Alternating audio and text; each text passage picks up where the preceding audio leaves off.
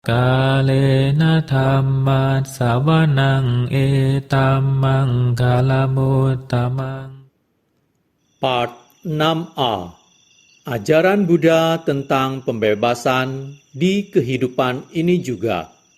Judul asal In This Very Life, The Liberation Teachings of the Buddha oleh Sayadaw U. Pandita. Penerjemah bahasa Inggris Venerable U. Agga Cinta. Penyunting bahasa Inggris Kate Wheeler. Penerjemah bahasa Indonesia Tim Penerjemah Yasati. Penyunting bahasa Indonesia Asin Kusaladhama. Penerbit Yayasan Satipatthana Indonesia Yasati. Cetakan pertama Mei 2014. Bab 6. Kereta menuju Nibbana.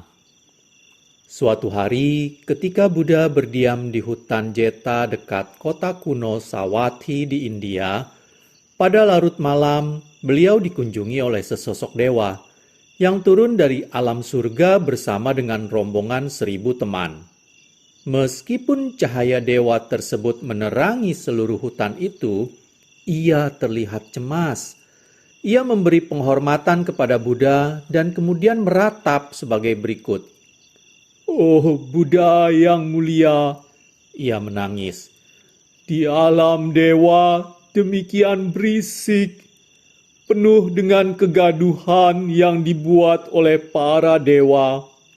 Bagi saya, mereka seperti peta, hantu yang menderita, yang berpesiar di alam tempat tinggalnya. Sungguh membingungkan berada di tempat seperti itu. Tolong tunjukkanlah padaku jalan keluarnya." Ucapan dewa ini terlihat ganjil.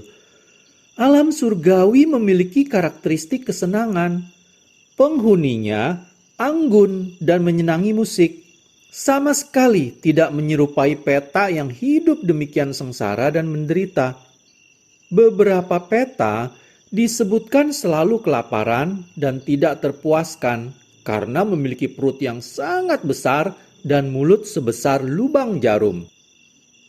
Dengan menggunakan kekuatan batinnya, Buddha menyelidiki kehidupan lampau dewa tersebut.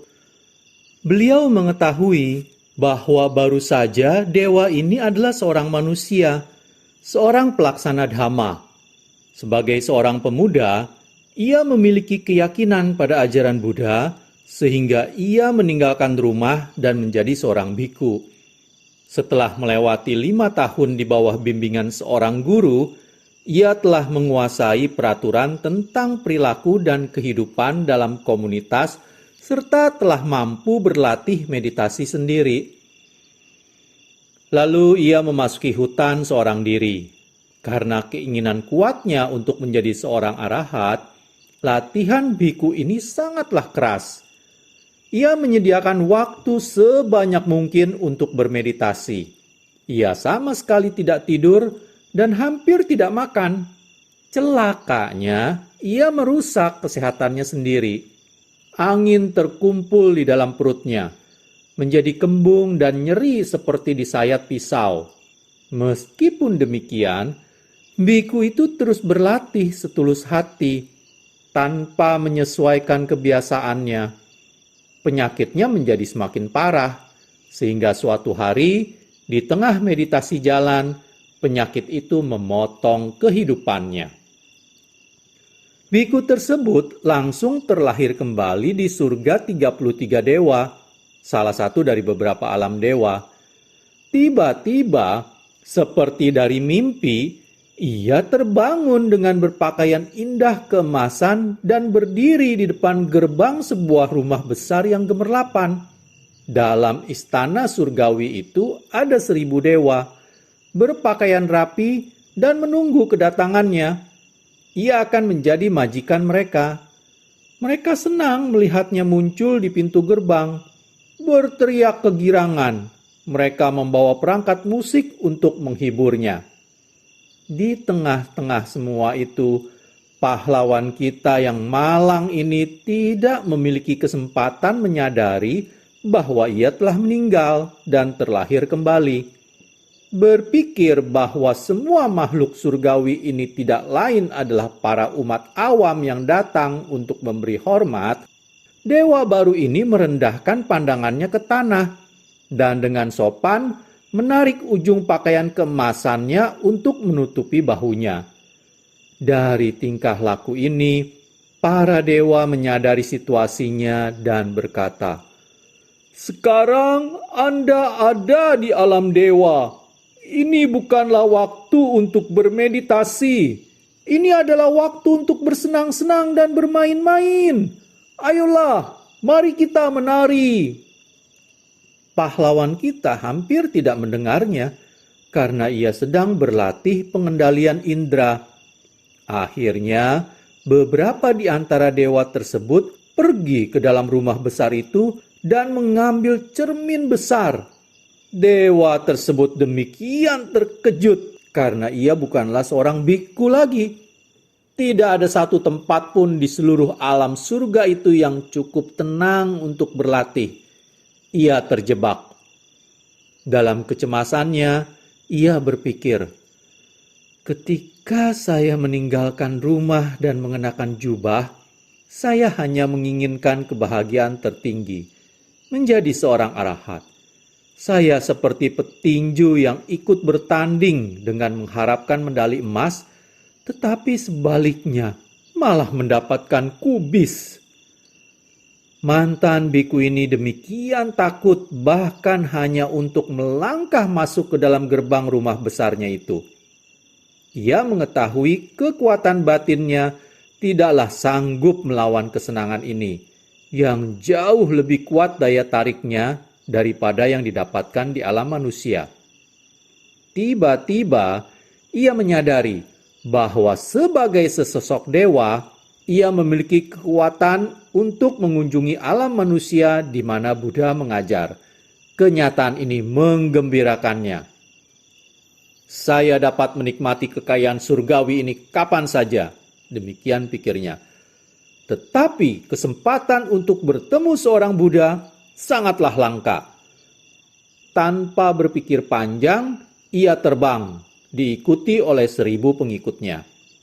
Setelah menemukan Buddha di hutan Jeta, dewa tersebut mendekat dan memohon bantuan. Buddha terkesan dengan tekadnya untuk berlatih dan memberikan instruksi berikut. "Oh dewa, jalan yang telah engkau tempuh adalah lurus. Ia akan membimbingmu pada tempat yang aman, bebas dari ketakutan yang merupakan tujuanmu. Engkau harus mengendarai kereta yang betul-betul sunyi. Kedua rodanya adalah usaha mental dan fisik. Hati nurani adalah sandarannya. Perhatian penuh adalah perisai yang melindungi kereta itu. Dan pandangan benar adalah kusirnya. Siapa saja, pria maupun wanita, yang memiliki kereta ini dan mengendarainya dengan benar, tidak diragukan lagi, pasti mencapai nibbana." Apa yang salah dengan pesta yang terus-menerus? Kisah biku dewa ini ditulis dalam kumpulan Sutta-Sutta Pali yang dikenal dengan Samyutta Nikaya. Kumpulan sutta ini menggambarkan banyak hal tentang latihan meditasi. Kita akan memeriksanya selangkah demi selangkah. Tetapi barangkali pertanyaan pertama yang akan Anda ajukan adalah, mengapa ada makhluk yang mengeluh terlahir kembali di alam surga? Bukankah alam dewa adalah tempat pesta terus berlangsung, di mana setiap makhluk memiliki tubuh indah dan umur panjang, serta dikelilingi oleh kesenangan indriawi? Mungkin tidak perlu untuk meninggal dan terlahir kembali guna memahami reaksi dewa tersebut. Di planet ini juga terdapat alam-alam surga. Apakah kebahagiaan sejati dan abadi dapat ditemukan di antara semua itu? Sebagai contoh, Amerika Serikat, negara yang sangat maju secara materi. Di sana terdapat segala kesenangan indriawi. Anda dapat melihat orang-orang teracuni, tenggelam dalam kemewahan dan kesenangan. Tanyakan pada diri sendiri, apakah orang-orang itu berpikir untuk mencari yang lebih mendalam, berusaha mencari kebenaran sejati tentang kehidupan? Apakah mereka benar-benar berbahagia? Ketika terlahir sebagai manusia, dewa tersebut memiliki keyakinan yang kuat pada ajaran Buddha bahwa kebahagiaan tertinggi adalah kebebasan yang hadir melalui latihan Dhamma. Dalam mencari kebahagiaan di luar indriawi, ia meninggalkan kesenangan duniawi dan membaktikan dirinya untuk menjalani kehidupan seorang bhikkhu. Ia berjuang keras untuk menjadi seorang arahat.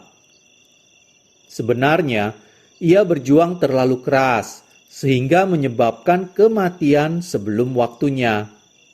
Tiba-tiba, ia menemukan dirinya kembali pada posisi semula, dikelilingi oleh kesenangan indriawi yang mana ia telah berusaha tinggalkan.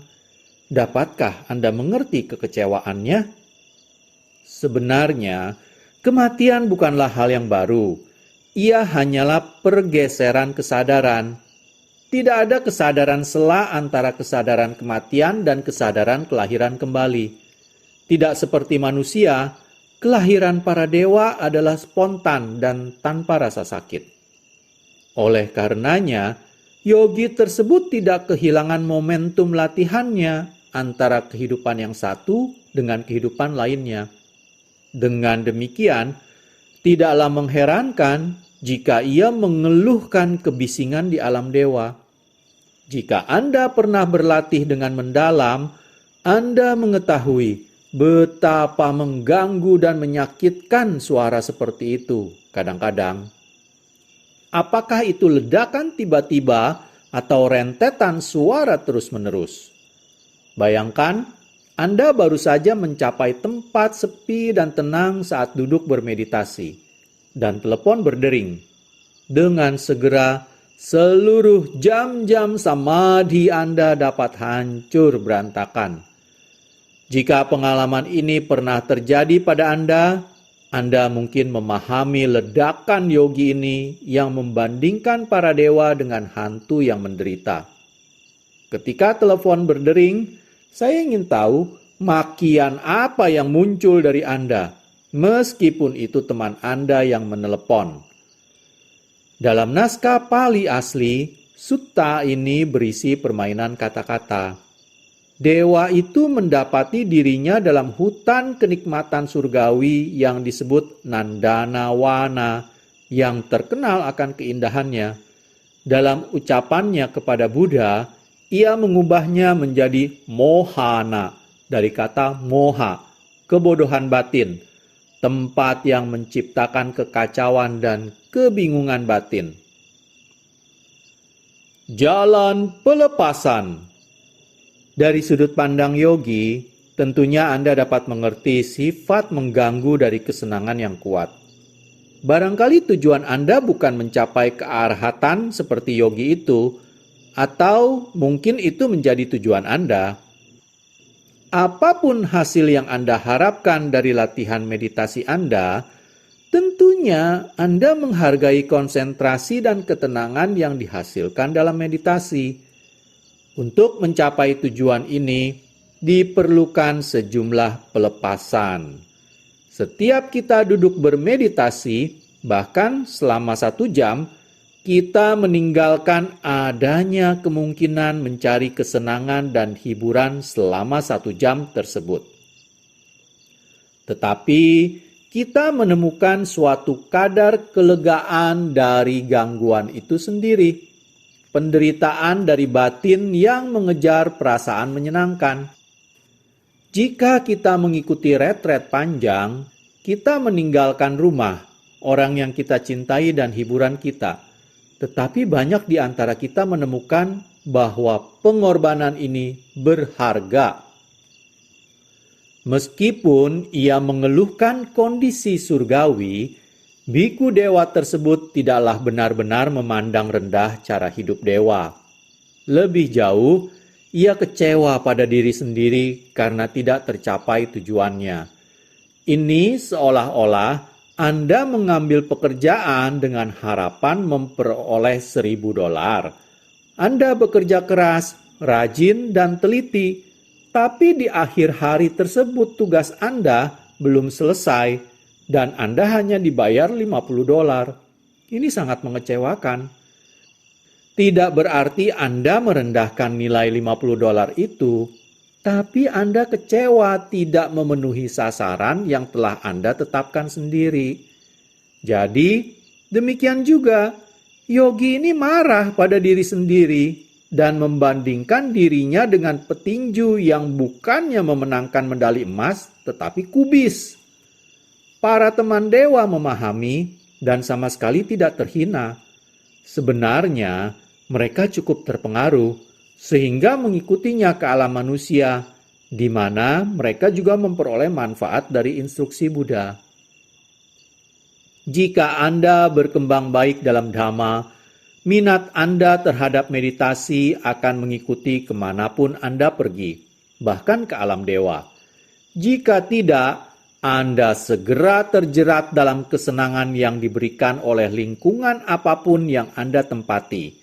Dan ini akan mengakhiri karir Anda sebagai peziarah Dhamma. Mengkokohkan diri dalam latihan. Mari kita selidiki, bagaimana yogi ini menjadi kokoh dalam latihannya. Sebelum pergi ke hutan seorang diri, ia bergantung pada seorang guru selama 5 tahun dan hidup dalam komunitas bersama para biku lain. Ia melayani guru dengan berbagai cara, menerima instruksi meditasi, dan menyempurnakan winaya, aturan moralitas. Setiap tahun, ia mengikuti 3 bulan retret musim hujan, dan setelah itu berpartisipasi dalam upacara tradisi di mana para biku mendiskusikan kesalahan satu sama lain dengan semangat cinta kasih dan belas kasihan, sehingga masing-masing dapat mengkoreksi kekurangannya. Latar belakang orang tersebut penting bagi kita semua sebagai yogi. Seperti dirinya, semua yogi harus berusaha memahami sepenuhnya mekanisme menjalani sila, agar kemurnian tindakan terpenuhi dan menjadi kebiasaan dalam kehidupan kita. Kita juga harus sadar akan tanggung jawab kita terhadap satu sama lain, karena kita hidup bersama di dunia ini. Kita harus belajar berkomunikasi dalam beberapa cara yang bermanfaat dan penuh kasih. Dalam hal bermeditasi, sampai kita memiliki keterampilan tinggi, menyelesaikan seluruh tahapan pandangan terang vipassana, juga penting bagi kita bergantung pada seorang guru yang dapat dipercaya dan kompeten. Membedakan yang penting dari yang tidak berguna. Biku ini memiliki kebajikan yang besar, komitmen total terhadap Dhamma dan untuk merealisasikan kebenaran. Baginya, hal lain adalah kedua. Beliau sangat berhati-hati membedakan yang penting dari yang tidak berguna. Ia menghindari aktivitas-aktivitas eksternal dan menghabiskan sebanyak mungkin waktu berusaha untuk berperhatian penuh. Penting bagi kita semua untuk membatasi tanggung jawab sehingga kita memperoleh lebih banyak waktu bermeditasi. Pada saat hal itu tidak memungkinkan, kita dapat mengingat kisah induk sapi. Seperti Anda ketahui, sapi selalu sibuk mengunyah rumput. Mereka makan sepanjang hari. Seandainya induk sapi memiliki seekor anak sapi cantik yang lincah dan nakal, jika ia terus merumput tanpa memikirkan anaknya, anak sapi itu akan lari dan mendapat kesulitan.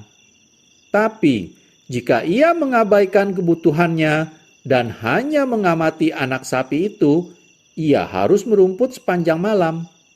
Oleh karena itu, induk sapi mengawasi anaknya sambil merumput pada saat yang bersamaan. Yogi yang memiliki tugas atau pekerjaan harus mencontohnya.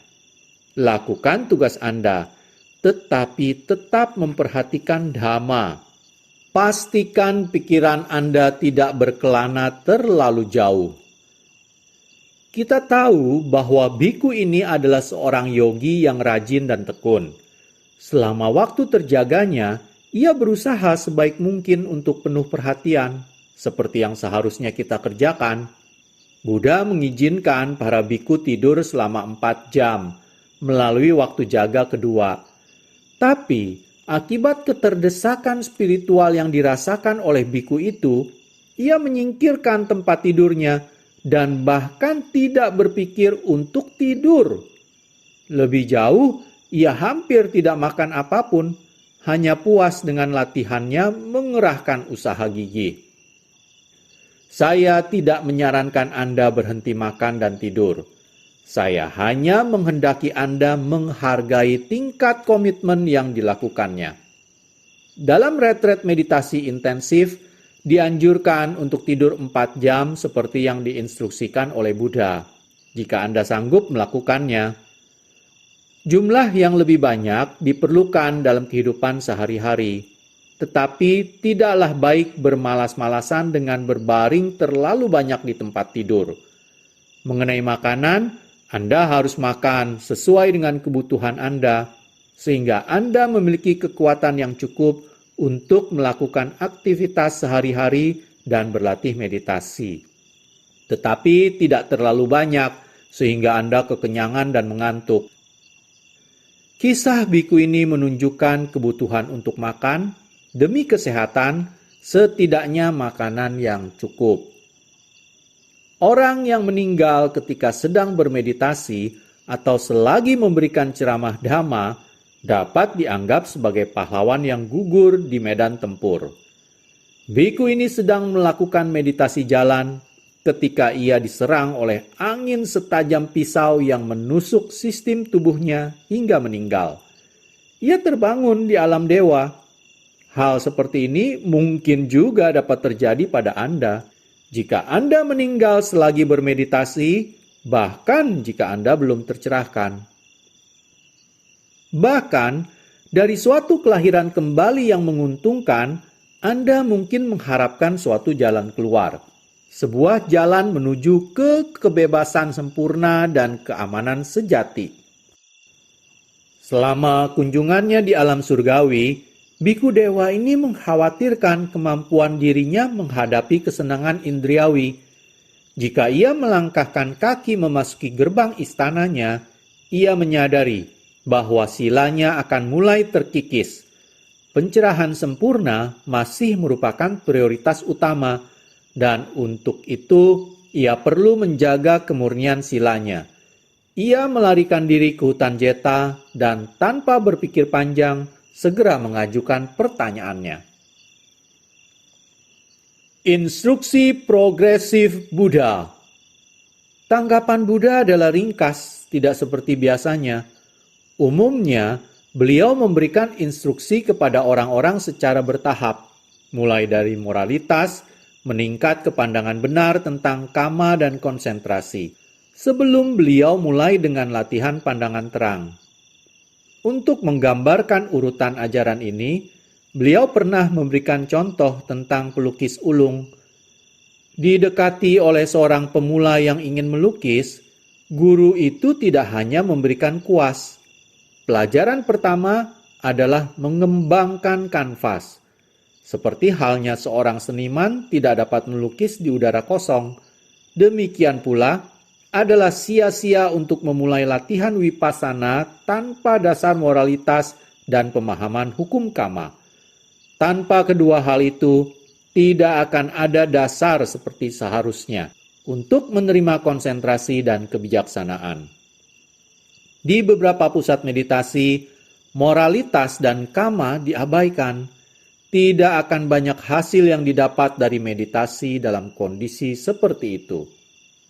Buddha juga menyesuaikan instruksinya terhadap latar belakang dan kecenderungan pendengarnya. Beliau melihat bahwa dewa yang tidak biasa ini adalah seorang biku yang telah matang dan praktisi meditasi, serta ia tidak melanggar sila selama perhentian singkatnya di alam 33 dewa. Ada istilah Pali, Karaka, artinya orang yang patuh dan rajin. Biku kita ini adalah salah satunya. Ia adalah seorang yogi bukan hanya dari namanya, juga bukan seorang ahli filsafat atau pemimpi yang tenggelam oleh gagasan dan fantasi. Bukan pula seorang pemalas yang menatap kosong pada objek apapun yang timbul. Sebaliknya, ia rajin dan tulus. Biku ini menapaki jalan dengan komitmen penuh. Kepercayaan dan keyakinan yang mendalam pada latihan mendukung kapasitasnya untuk terus-menerus berusaha. Setiap saat, ia mencoba mempraktekkan instruksi yang telah ia terima. Orang dapat menjulukinya sebagai seorang yang berpengalaman. Jalan langsung menuju kebebasan. Buddha memberikan instruksi langsung pada seorang yang berkomitmen ini. Jalan yang telah Anda tempuh adalah lurus. Beliau berkata, ia akan membawa Anda pada tempat berlindung yang aman, bebas dari ketakutan yang merupakan tujuan Anda. Jalan yang dimaksud tentu saja adalah jalan mulia berunsur 8. Dewa ini sudah menapakinya, dan Buddha memberikan tanda padanya untuk maju serta melanjutkan.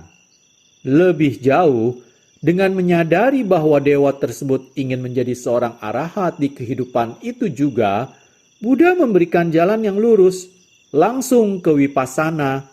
Jalan mulia berunsur 8 sungguh sangat lurus. Ia tidak memiliki kebelokan, tidak pula memutar, melekuk, ataupun berkelok-kelok. Ia hanya mengarah langsung menuju Nibbana. 10 jenis tingkah laku tidak lurus.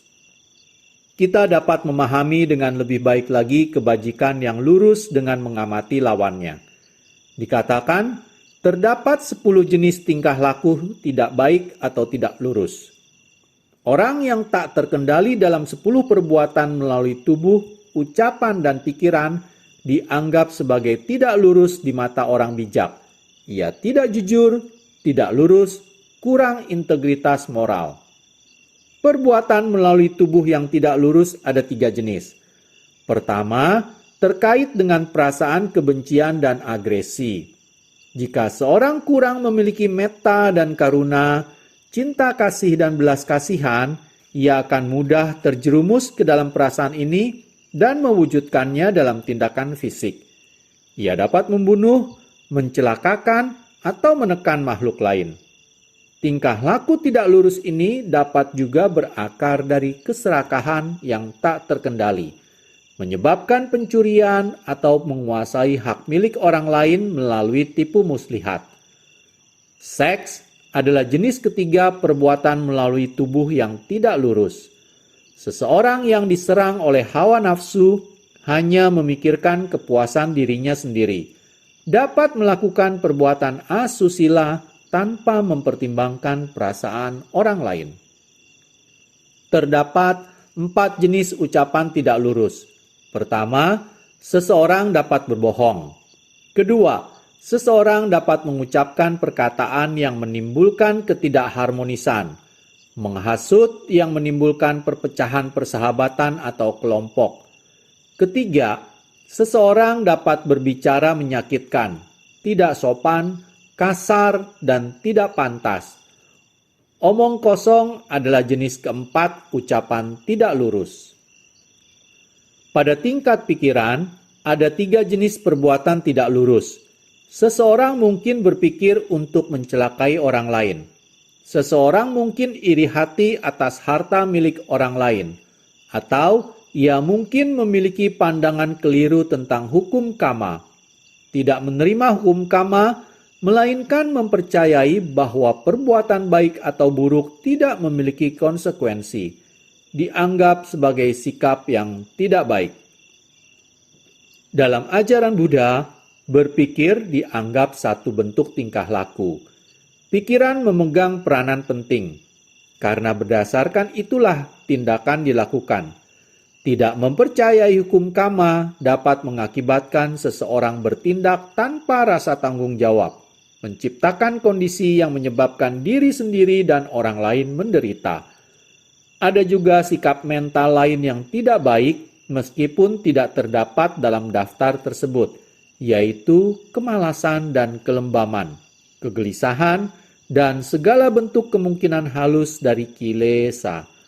Orang yang terpengaruh oleh kekuatan-kekuatan ini dianggap memiliki batin tidak lurus. Demikianlah saya akhiri video part 6a. Pada video part 6b, saya akan lanjutkan tetap masih pada bab 6, kereta menuju Nibbana, dengan membacakan subbab bahaya mengikuti jalan tidak lurus. Terima kasih. Kalena dhammat savanang etammang kalamutamang